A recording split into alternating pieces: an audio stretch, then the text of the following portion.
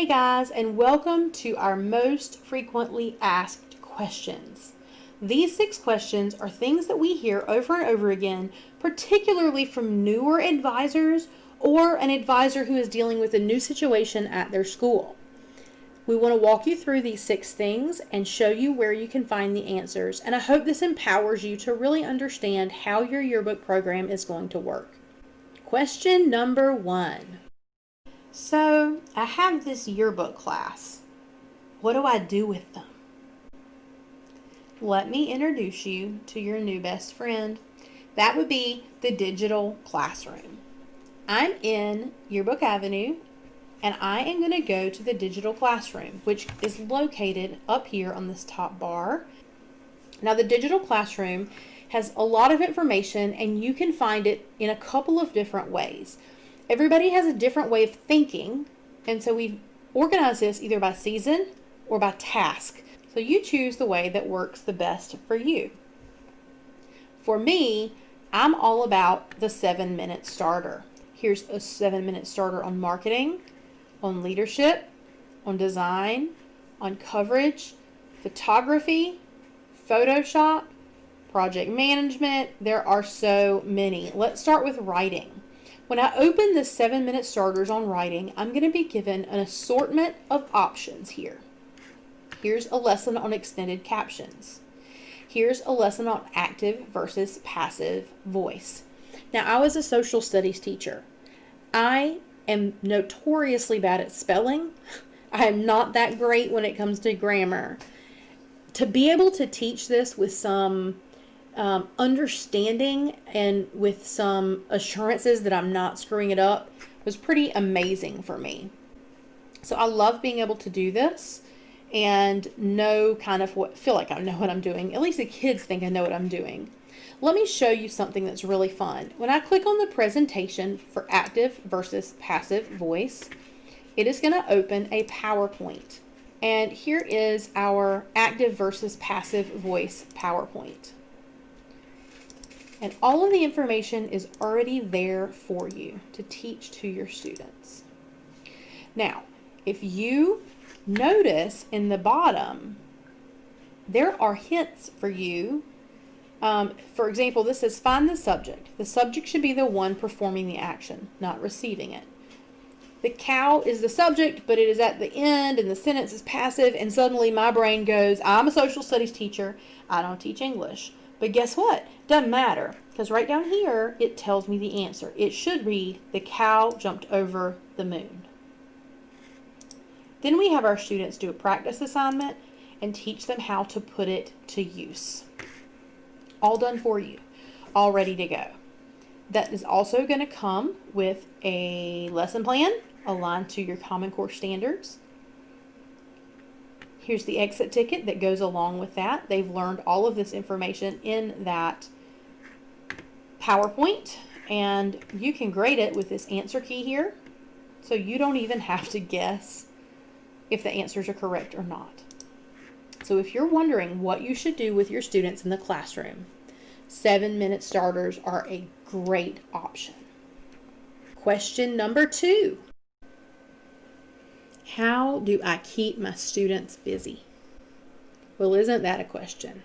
That's a pretty big question. And there are lots and lots of things available. I hope that the digital classroom has already given you some idea on how to make this happen. But I also wanted to take a moment to show you, if you go to the Google Drive resources folder that we have shared with you in every single one of our weekly email tips, you will find an assortment of things that you can use while teaching your class. Some of these things are lesson plans that can also be found in the digital classroom. We have resources for use on social media. We have resources for students to collect photos. This photo bingo is fun. We're going to do one for every month. We've already got August and September done. Students are to find 5 different students from across campus or virtual campus and have them submit a photo that fits one of these boxes, and their goal is to get 5 in a row. So this is a fun activity that you can assign your students and then set them out to try to track down these photos. What I love about this is, yes, it does keep your students busy, but it keeps them busy doing something that will also provide great activities for your yearbook, or great content for your yearbook. This right here is a link to the videos that we're posting on YouTube. And we wanted to kind of give you those links and make you aware of which ones they are and how long they are. The Zoom recordings are a little bit longer, but all of these other videos are fairly quick, 20 minutes or less, and are very great teaching tools. You are welcome to give these links to your students and assign them to watch these videos as part of their lesson. This resources folder really is a lot of fun. It has a lot of great content in it, and it is being updated on a daily basis. So always check back, and there'll always be something new in there for your students to do. Question number 3. How do I grade my yearbook students? Looking back now, I kind of giggle because I asked this same question when I started as a yearbook advisor. But if you step back and you think about it, it's so easy. You're a teacher. You know how to do this. It's just that instead of grading English or history, you're now grading yearbook class. Not the yearbook, but the class.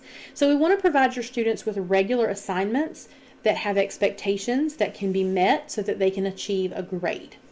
Let's take, for example, the photo bingo by the month that we talked about a few moments ago.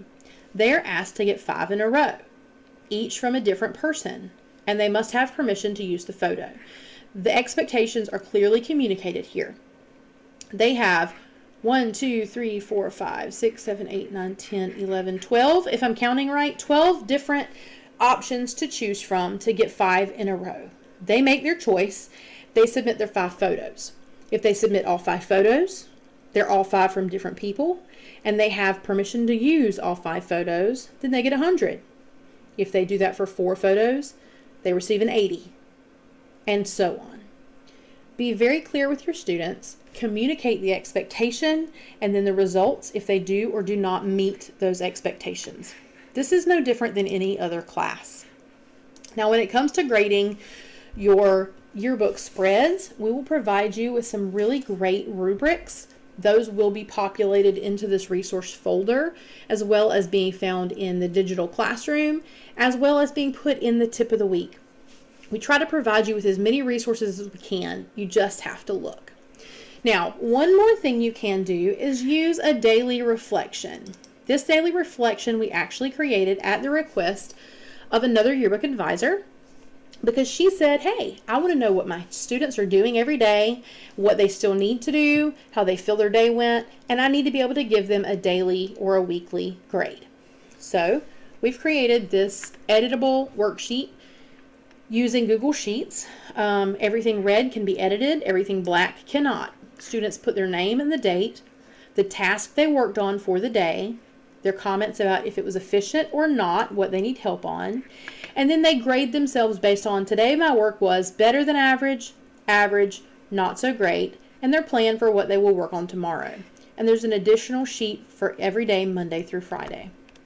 You could also do this by week, where they turn in 1 a week instead of 1 a day, depending on the layout of your class.